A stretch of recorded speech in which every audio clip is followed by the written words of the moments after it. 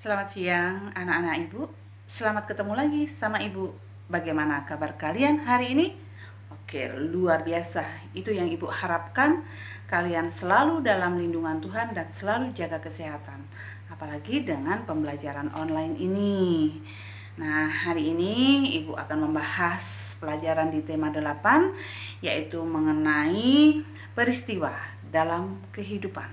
Nah, kamu perhatikan setiap peristiwa atau kejadian yang kamu alami sehari-hari.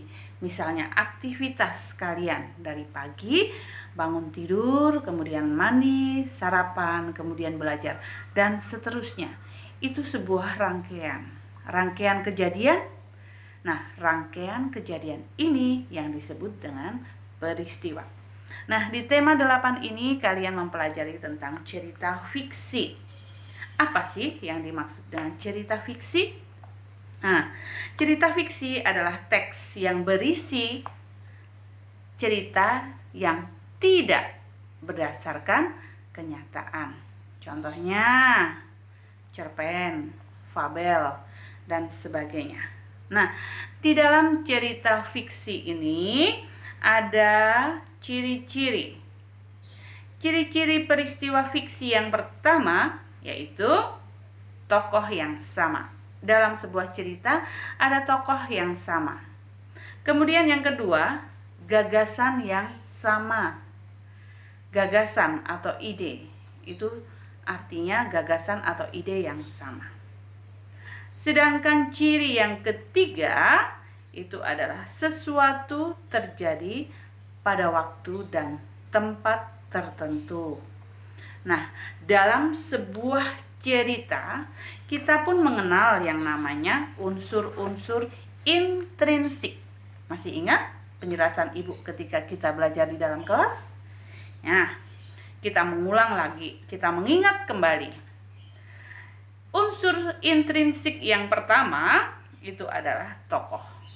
Apa sih yang dimaksud tokoh? Oke. Tokoh adalah pelaku dalam sebuah cerita.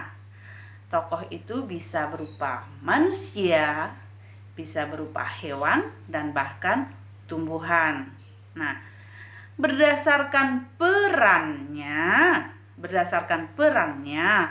tokoh dalam sebuah cerita dibedakan menjadi dua. Yang pertama adalah tokoh utama. Apa yang dimaksud tokoh utama? Nah, tokoh utama adalah tokoh yang selalu hadir dalam setiap peristiwa dan menjadi penentu tema cerita. Dan lebih mudahnya mengingat atau mengidentifikasi, oh itu tokoh utama, yaitu tokoh utama banyak dalam sebuah percakapan. Nah, kemudian selain tokoh utama adalah tokoh pembantu. Apa yang dimaksud tokoh pembantu? Ya, tokoh pembantu adalah tokoh yang berperan untuk mendukung tokoh utama.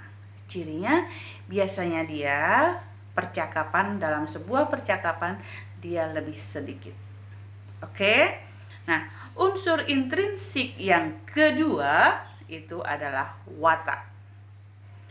Watak dalam sebuah cerita dibedakan menjadi 3. Yang pertama, watak protagonis, yaitu watak yang baik. Yang kedua, watak antagonis, watak yang jahat. Yang ketiga adalah tritagonis, yaitu watak penengah antara watak antagonis dengan watak protagonis. Ya. Unsur intrinsik yang ketiga yaitu latar. Apa sih yang dimaksud latar itu? Ya. Latar adalah tempat dan waktu tokoh mengalami suatu peristiwa atau kejadian. Nah, latar ada berapa? Oke, latar ada 3. Latar tempat, latar waktu, latar suasana. Good.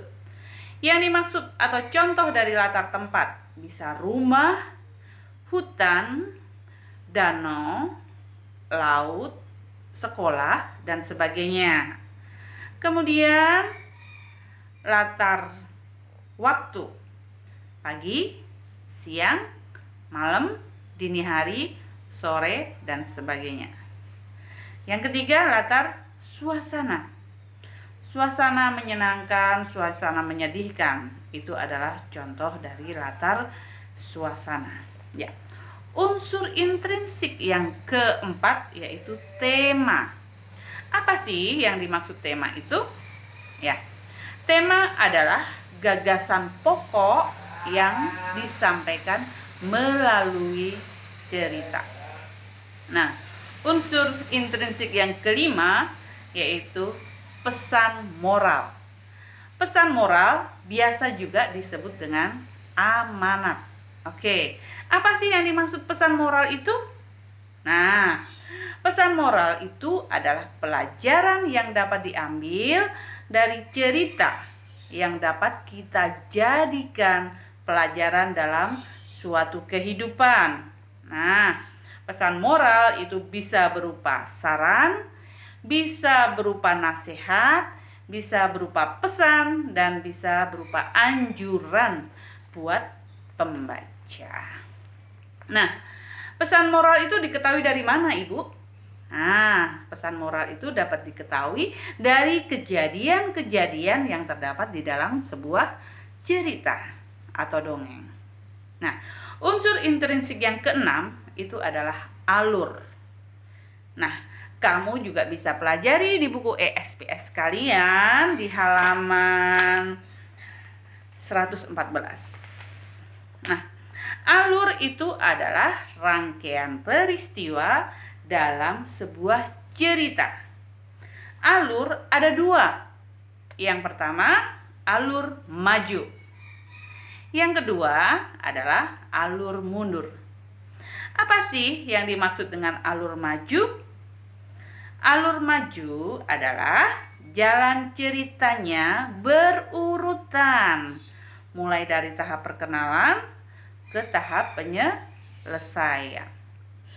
Kemudian yang dimaksud alur mundur adalah proses jalannya cerita secara tidak urut. Maksudnya tidak urut bagaimana? Nah, maksudnya tidak urut biasanya itu dimulai dari konflik dulu. Konflik itu suatu masalah, baru menuju ke penyelesaian. Kemudian baru menceritakan kembali latar belakang timbulnya konflik tersebut. Nah, kemarin sudah Ibu kasih tugas ya buat kalian mengerjakan cerita fabel yang berjudul Hujan dan Semut. Nah, fabel itu pun suatu contoh cerita fiksi. Nah, Ibu berharap penjelasan Ibu ini yang singkat ini dapat menambah wawasan pengetahuan kalian di rumah. Kalian perhatikan baik-baik. Kalau kalian masih kurang paham dengan penjelasan Ibu karena pada saat ini tidak bisa bertanya jawab, kamu pelajari di buku ESPS bab 8. Itu juga salah satu nanti materi kita untuk penilaian harian di hari Kamis. Oke? Belajar yang paling tepat adalah ketika guru menjelaskan, siswa memperhatikan. Cukup sekian penjelasan Ibu hari ini mengenai tema 8. Kita ketemu lagi di pelajaran berikutnya. Selalu jaga kesehatan dan Tuhan selalu memberkati kita semua. Amin. See you.